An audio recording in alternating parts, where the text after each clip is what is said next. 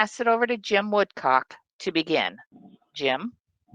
Thanks, Robin, and thanks for everyone who's joining us today. As you well know, this Saturday night, AEW will broadcast the second edition of Double or Nothing, this time from Daly's Place in Jacksonville, Florida. And if you've been following along on Dynamite every Wednesday on TNT, you know this is going to be big. With Cody facing Lance Archer in the finals of the inaugural TNT Championship tournament, Brody Lee will challenge AEW champion Jon Moxley for the AEW World Championship title, and Nyla Rose will defend her AEW Women's World Champion title against Hikaru Shida. This timing also marks the one-year anniversary of Time Warner and AEW's groundbreaking partnership announcement last May, as well as the inaugural Double or Nothing pay-per-view in Las Vegas, which followed soon after that announcement. So without further ado, to discuss Double or Nothing and all things AEW is Cody, Executive Vice President of AEW. So now let's turn the call over to Cody for some opening thoughts, and then we'll open the lines for your questions. Cody? Hey, everybody. It has been an honor, really has, for us to continue working and helping provide a bright spot for fans in these difficult times. I obviously am looking forward to Saturday's Double or Nothing. Personally, my match with Lance Archer for the TNT Championship, and us vying to be the first individual to wear it. The rest of the Double or Nothing show will be nothing short of spectacular, from the casino ladder match to the AEW World Championship on the line. Really just an outstanding night. And if we can, take a beat and look back, this is where AEW began. Our first event, officially Double or Nothing, last year, sold out MGM Grand. The circumstances are different this year with the pandemic and COVID-19, but that spirit exists. Otherwise, we wouldn't be on this call. And just for all those attending the webinar and this call, we wanted to do this safely and responsibly, so we're all in separate rooms. Some of us are in different states, and as I often say on BTE, I didn't go to college, so I'm not the most technically savvy. So if we have any issues, we'll do everything we can to make sure we get your questions answered. There's a lot more folks on this call than there usually are, so we want to get right to it, and I am glad to start taking questions. All right, thanks, Cody. So I'm going to open up the lines here. First off is going to be Connor Casey from Comic Book. Connor, can you hear us? And are you there? Yes, I am. You're up. Awesome. Cody, hey, thanks for taking the time to do this today. Really appreciate it. They mentioned the card at the top of the call, and I was just curious, how close is this card compared to what you guys had planned, say, back in early March before so many different things had to change? That's a great question. I actually would say this card, just to peel the curtain back a bit, 90% of what we potentially had planned. Obviously, we were presented with a curveball, and we're at the plate, and we're hoping to connect. But not a lot of things changed due to COVID-19 and the pandemic. In terms of creative, one thing that's just a really bright spot in all of this, and I'd be remiss if I didn't mention it, is during this period of time, all the credit has got to go to Tony Khan, obviously the owner and the founder of AEW, but I mean big time George Washington crossing the Delaware type stuff in terms of the shows we did in Norcross and the amount of matches we had and the patchwork of putting these events together. Him, Kevin Sullivan, Jim Morris, I just want to shout them out. But to answer your question, not a great deal has changed. We've been fortunate to have our stars and our lead individuals on the show, and last night a really nice moment to have not only Matt and Nick Jackson, the Young Bucks, back, but also Hangman Adam Page. Thank you, Connor. Okay, next up, I'd like to introduce Bill Bodkin from Pop Break. Bill, you with us? Yes, guys. Can you hear me all right? We can. Hey, Bill. All right. Hey, Cody. I love doing these. Thanks for taking the time. One thing I wanted to talk about was, what's the mindset going into? Obviously, it's a little different with no crowd, but Double or Nothing the first time. You're the young upstart company, first show ever. Obviously, a lot riding on it. Now you're going into your second year now with Double or Nothing. what's the mindset of you as an EVP and you as a performer heading into Double or Nothing 2? I think one thing that's particularly very important to me is self-awareness. And I was aware of where we were last year in terms of going to Double or Nothing, and a lot of things were discussed about the product. There's a lot of folks who joke about how everything we did during that period of time was almost micro-analyzed and taken just such a deep dive on everything we said because we didn't know what AEW would look like. And here we are a year in, and this is Double or Nothing 2, as you put it, and we're starting to see. We're evolving right in front of the audience. What is the piece of AEW that's the most prominent? Is it the fact that there is such a diverse series of styles amongst the EVPs who all have such a role in the company? Is it trending in one direction? So for me, the mindset is just to continue to make Double or Nothing destination programming, to continue to make AEW destination programming and take what is working and what people enjoy. And that's incredibly difficult to quantify when you have no audience screaming and booing and things of that nature. So you have to really analyze and hope and to some degree guess what people may love or like. But I've been very self-aware throughout this process, and I know the company may look differently than it did, but in my eyes it looks so beautiful because there's such a diverse palette on this show. And I'll give you examples. You have this TNT Championship match, this true sports-based tournament that just crazy, the fact that Warner Media and TNT wanted a belt of their own. I can't think of a time in wrestling that the presenting network actually said, we want our own belt. And it was an honor to be in that tournament. And then you have Hikaru Shida and Nyla Rose in, no disqualification and no countouts. And you have the Stadium Stampede, something we've never seen before, taking advantage of the stadium structure here in Jacksonville. And you have young upstarts. It reminds me so much of and please don't pick this apart, but I will say it reminds me so much of a young, stunning Steve Austin and natural Dustin Rhodes when it comes to somebody like MJF and Jungle Boy and them just vying for who is that future face. The casino ladder match, to have surprises in there and to have that flavor of wrestling presented there and there being a genuine prize to it all. It's just a very diverse show. So I guess to answer your question, sorry for being so long-winded, my mindset is let this be the most diverse show. Let this be a buffet for wrestling, but make sure it's the best damn buffet that there is. Fantastic. Thanks to both of you. Next up, Stephanie Francomi from Vulture Hound. Stephanie, are you with us today? Hi, Cody. This is Stephanie from Steel Chair Magazine in United Kingdom. Calling you from France. I wanted to ask you how different has the approach to the shows changed since the shift to closed arenas. Thank you. Thank you, and always nice hearing from you.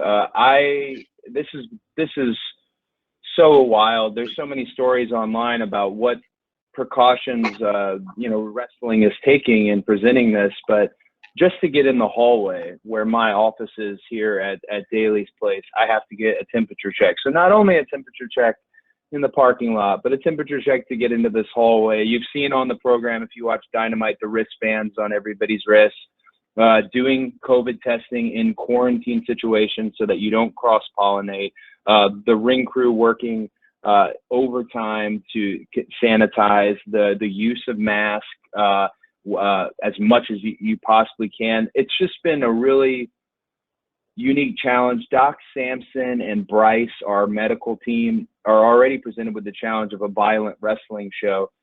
Now there's this global pandemic, and they have just been so above and beyond and countless hours in making sure that everyone is genuinely tested. No one in this bowl, in this building, no one touching a camera or wrestling in that ring hasn't been tested. And that was something that I'm very proud of Team Medical and how they've done.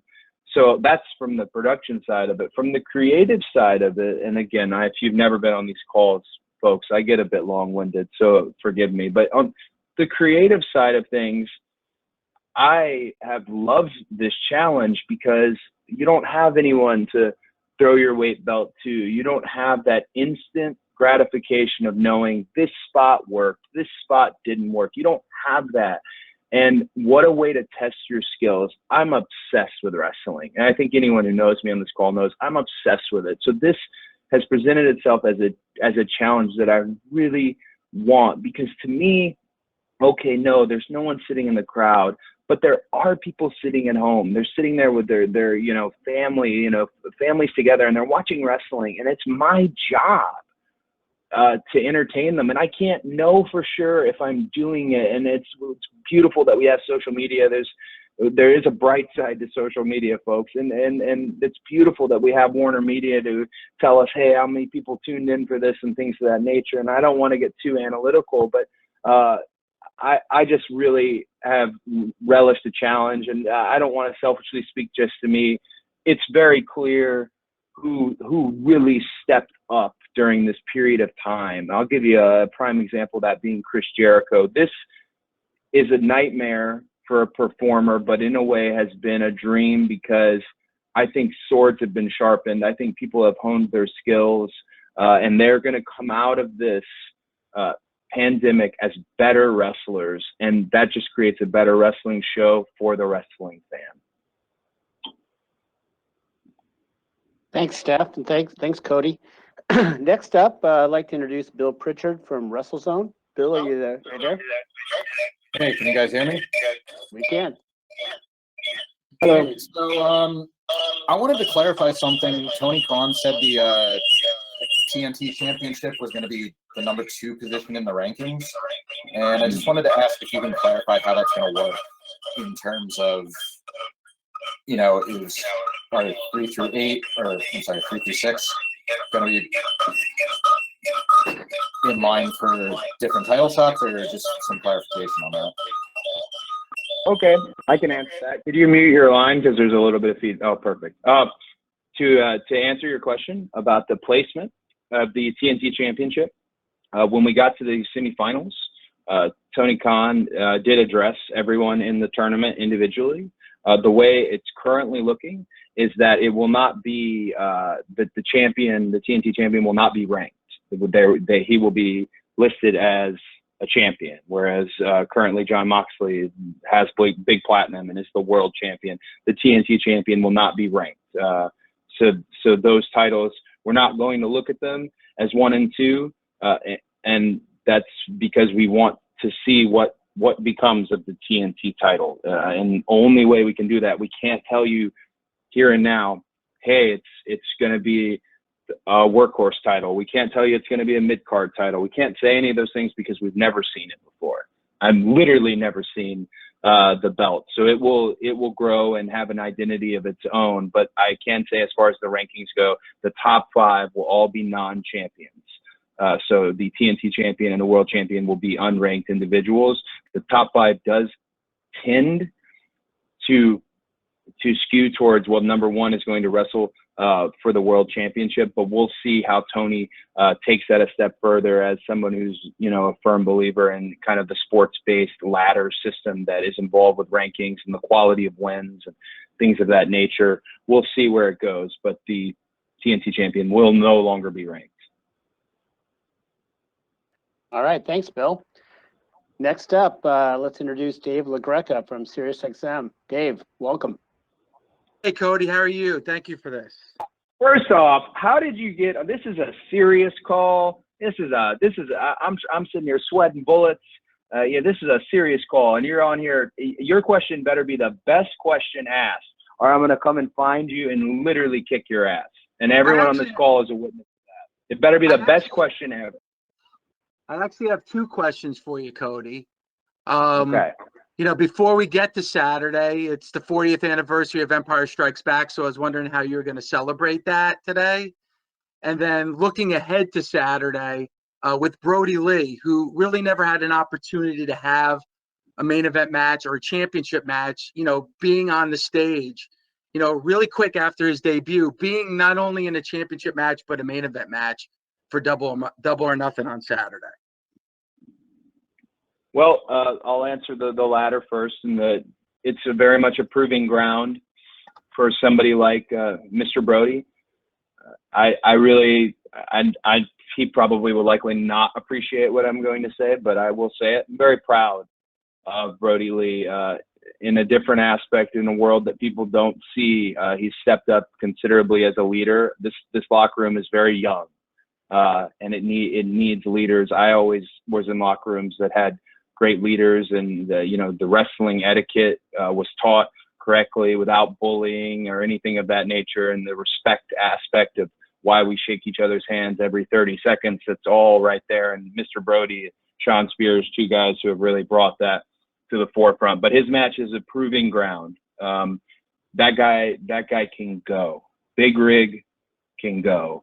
And I very much look forward to him and Jon Moxley. We all of a sudden went from being a very light heavyweight company to the board is now filled. You've got individuals like Wardlow. You've got individuals like Luchasaurus, Mr. Brody, my opponent in Lance. You have these super heavyweights converging, and it's really exciting to see. The former, in your initial question, the Empire Strikes Back, I will have to wait. If anybody knows me, I get very nervous before pay-per-views. I don't take in any revelry. I don't drink. I don't party. I'm very just singular focused, and I know it can border on obsession. But I want to win, and I want the company to win. And The Empire Strikes Back, my favorite movie on earth and the best movie of all time, can wait until the work is done, and hopefully that'll be Saturday night. And if it's anything like when I normally watch The Empire Strikes Back, Brandy will fall asleep around the Hoth battle, which is right at the beginning, and I will enjoy it and love it and get my wisdom from Yoda as he always gives it to me. So, Dave, I want you off the call now. That was it, and I wish you the best, Dave, in your future endeavors. Okay. Thanks, Dave. Thanks, Cody. Joe Reedy from the Associated Press is up next. Joe, you with us? Yeah, I am. Cody, thanks for doing the call. Just with being at Daly's place for the last couple months, have you gotten more comfortable with the venue, and what have you learned as far as maybe expanding and working in different spots? Like I know you did the Falls Count Anywhere match a couple weeks ago. Daly's place is incredibly special. It was already special for us before the pandemic, in a way, as a bit of a home arena. Obviously, being the parking lot was where we had the initial AEW press conference. For me, there's a lot of tools in this sandbox in terms of the space. It's something that we're so fortunate to have, is Daly's and its surrounding infrastructure. I just love the fact that the sun sets. Just a personal aside, the sun sets as the show is beginning and going on, and it's a really just kind of a beautiful lighting treatment. One of our master lighting guys, Greg, I know it is a pain for him because he's having to adjust, but I love that, and I love the win last night watching Jake and Arn Anderson sermonize and seeing the wind blow. To have that open air amphitheater that is Daly's place, really, it's made things very easy for us. We have a lot of contingencies, a lot of the places as the world opens up that want AEW, and Raphael Morphy and Chris Harrington have been wonderful about potentially looking into those places. But if we wrestled at Daly's for the foreseeable future, I would have no problem with that. It's a tremendous place, and I can't thank the Khan family enough for having it available for us to work and for us to work safely. But there's to answer your question, a lot of tools in that sandbox. Flex Field is behind Daly's place. the bridge on the club section goes over to the main stadium. So there's a lot of room for us within the show to play with in areas you might see. Thanks, Joe. Thanks, Cody. Jim Barcelone from the Miami Herald is up next. Jim. Yeah, thank you, Cody. Follow a little bit up on that because you did answer it a little bit in the previous question, but Florida and Governor DeSantis has been the leader in opening up to pro wrestling. Does it make sense to remain in Florida and Jacksonville because of no crowds rather than to travel to other states, no crowds? Or is the plan as more states open up moving forward to go to other states' venues with no crowds? So I would say the plan right now is to stay in one spot. And the reason being, you put your talent and your production in at risk when you move the show around. And obviously we can meet that risk with proper medical management and the testing and the temperature checks and the quarantine aspect of it all. But it is easier to be in this one spot from now. I don't want to get in a rhythm where we're stuck, because I do hope that the world safely opens back up where the fans can come back in the seats. That live aspect of what we do is incredibly important. But if it was up to me, which it is not, I share the executive role with 3 other wonderful gentlemen, and Tony Khan makes the final decisions. But if it was up to me, I would stay here until it's time to let fans back in, and even potentially let fans back in at Daly's first. You know, there's no secret that the parking lot's starting to fill up with fans. I made a little trip out there yesterday. You know, we can't shake hands or hug, but we can at least acknowledge one another's love for the industry. But it's the safest decision to stay here while the pandemic and COVID and that situation as we move through it. Thanks, Jim. We've got a number of journalists who have written their questions in, which is a feature that's available. And we'd like to start with one here, also a Jacksonville question from Darren Palter at V13 and the Paltracast. And the question for you, Cody, is there an AEW accomplishment that you're most proud of to this point? And then since that you're now spending a lot of time in Jacksonville, what do you love most about being in Jacksonville? What do you love most about being in the city? Accomplishment, you know, I'm not always like I am in some of my interviews in terms of I don't really have a braggadocious personality. So I know there are some milestones we've hit that are really special. But one maybe that I would pat us on the back is I'm very excited for the AEW Unrivaled toys to hit shelves. Wicked Cool Toys, Jazzwares, Dana Massey, Mark Kaplan, Nick Sobek. What a just wonderful job on immortalizing the roster and making a product that is for fans, collectors, the hardcore collector, but also the kids who are watching the show, the kids who will play with these action figures, just like I played with my figures and had all my battle royals and things of that nature. That's something, and maybe it's because I'm literally sitting here working on the edit for a piece of content related to it, but that's something that I really am proud of us for doing. And again, I said it on the call, and I don't want to harp on it, but the shows that took place in the Nightmare Factory, me and QT Marshall's wrestling school, which is not affiliated with AEW, but we happen to have that infrastructure to do those 4 shows, and I was so proud. If you've ever seen the movie The Replacements with Keanu Reeves, it felt a lot like that. There were so many young men and women who stepped up. A lot were in enhancement matches, some were in very competitive matches, but to see them and to get to know them was special. All of them. I tried to list as many as I could in a social post the other day, but some of them won't be replacements moving forward. Some people in this, you know, dark time, they're bright spots, and some contracts might have been handed out, things of that nature. But I was very proud of those shows, the Nightmare Factory shows, and I'm very proud of the AEW Unrivaled toy deal with Jeremy and Wicked Cool Toys. And in my rant, I forgot if there was another part of your question. So if I didn't answer it, I apologize. We're good. We'll move on so that we can get as many people in as possible. So next up, I'd like to introduce Stu Myrick from KTXXFM. Stu.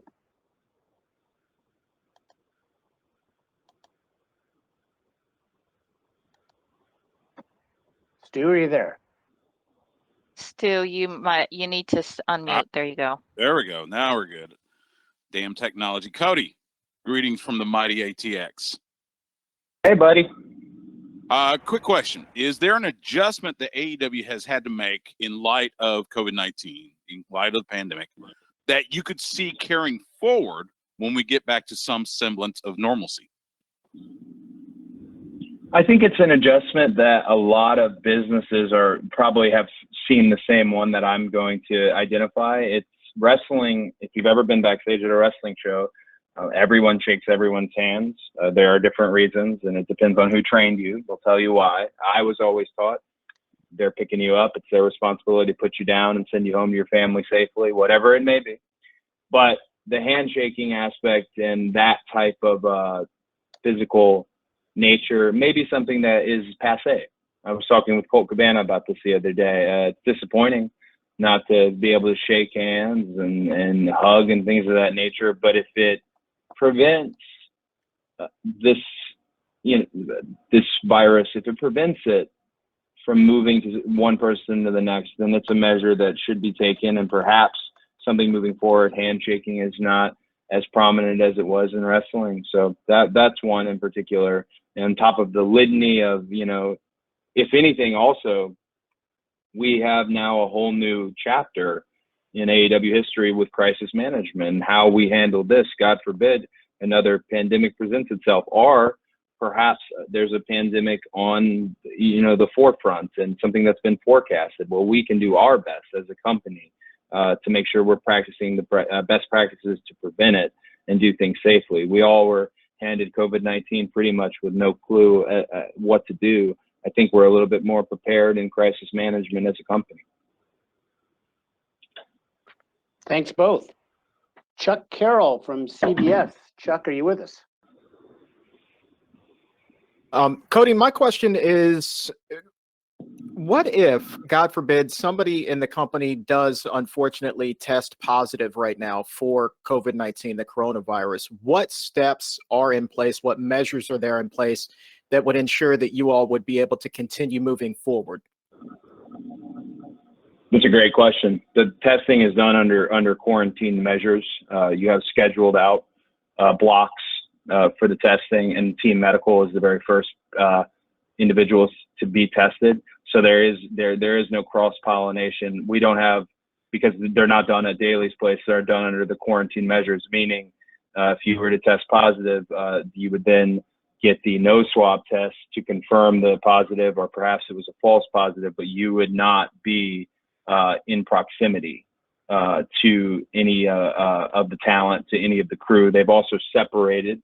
The crew has their testing measures are done elsewhere, and the talent testing measures are done elsewhere. So those are also two locations. It's been a lot about spreading out per our, dual doctor role. And we also have multiple doctors, because you then could cross-pollinate potentially if there's a positive on a test. So we have it set where it would not shut down the production. And I am absolutely not rooting for a positive test, but we do need to keep in mind, and UFC just went through this, we're testing everyone who comes into our bowl, everyone who you can see with your own eye. So if a positive test was to come forward, well, it would just indicate that the testing does work and that the measures need to be taken. We, however, have been incredibly fortunate to have no positive tests. Hopefully we have no positive tests moving forward, but doing them under quarantine measures, according to Doc Michael Sampson, as some of you may know, he's been in the wrestling industry quite some time, has been the right call for everybody. All right, thank you. Emily Pratt from Uprocks is next. Emily. Oh, sorry, I had the same question about someone testing positive. You got another question? You want to come up with something? Let's see. What's your favorite? I'll ask you a question. What's your favorite energy drink? Oh, probably Red Bull. Just a Red Bull, huh? Yeah, very basic. I'm What's your digging favorite energy drink? My favorite energy drink is the Bang, and I have my fridge has a bunch of peach mangoes in it at the moment, so that's where I'm sticking. Now I'm trying to break off of caffeine like this in terms of the super creatine Bangs and the C4s, and I'm trying just to go back to black coffee or perhaps even like the extract, the green tea extract, just because we're the guinea pig for this aspartame generation. And I don't know if these things are going to be any good for us 20 years from now. But hey, I got a lot of respect for a Red Bull person. It gives you wings. You know what I'm saying? Yeah. Awesome. All right. Thanks, Emily and Cody. We're going to go to the to the emails here, the text questions to the AJ Awesome Show. AJ, like to know, Cody, if there are any advantages, anything that's been like a positive of having shows without fans in attendance. I mean, I think the overlying advantage is that you're really tested as a performer and a competitor. How do you tell this physical story with no fans to help you, with no background music to ride? So that's been a positive. But to be frank, there really hasn't been any other positives in terms of we very much miss the fans. We miss each other. There is a need as a wrestler for a fan, and Hulk hulking up. Every aspect of a really good wrestling match and the psychology of it depends. And I know there are different flavors, but wrestling depends on the crowd and depends on one another. So we're now working for this crowd that's at home, and we're hoping and we're guessing and things of that nature. But mainly the positive has been becoming a better performer and a better wrestler. But overall, I can't say how much I miss it on a personal level, and I know the locker room misses it on the fans, and hopefully we can have them back soon. Fantastic. Next question is from Zach McGibbon from TSN. Zach, are you there? Thank you all. I just wanted to ask a question surrounding Mike Tyson in terms of how he was able to come in. You mentioned earlier that about 90% of the card had been planned out before the pandemic. Was Mike Tyson part of those original plans before the pandemic hit, and how did that deal come together with Mike Tyson? Mike Tyson is actually somebody that we met as a company at Double or Nothing last year.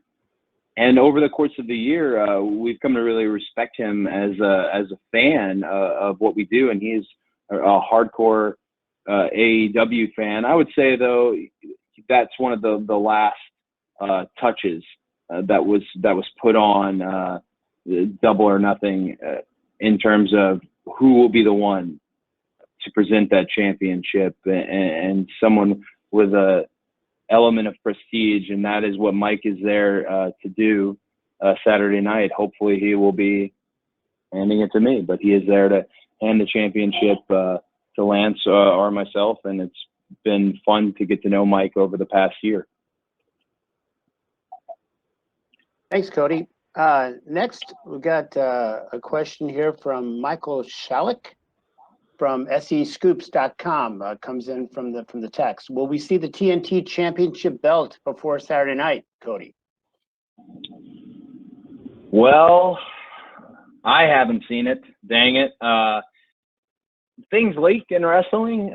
You never know. I know there are some, as we kind of go over and format this wonderful show, which we hope is the best AEW show to date. There has been talk of potentially it being seen before, but I think my personal preference would be to see it live for the first time when it comes out of the bag. Not unlike how Bret Hart presented Big Platinum in the AEW World Championship. So I would lean towards you're not going to see it yourself until I see it for the first time. But you never know. Fair enough. Okay, we're going to go back to the text line here. Lewis Brown from Hooked on Wrestling. He's got a question. We've seen a lot of big stars come to AEW, but who on the roster currently on the mid card do you see as being the next breakout main eventer? Oh, well, I mean, the answer is not an answer I like giving, but I think everyone sees the same thing. MJF is destined for something incredibly great. He truly is. He's a very different type of wrestler. Is a very adaptive type of wrestler. I look at what him and Jungle Boy have on Saturday as a snapshot of the future. They're both growing, physically. Wrestling's a physical company, and we, wrestling a physical business. We have so many light heavyweights, but to see them train as hard as they do, to eat properly, they're both putting on good, drug-free, healthy size, and they're both expanding their game. They're not even near their prime.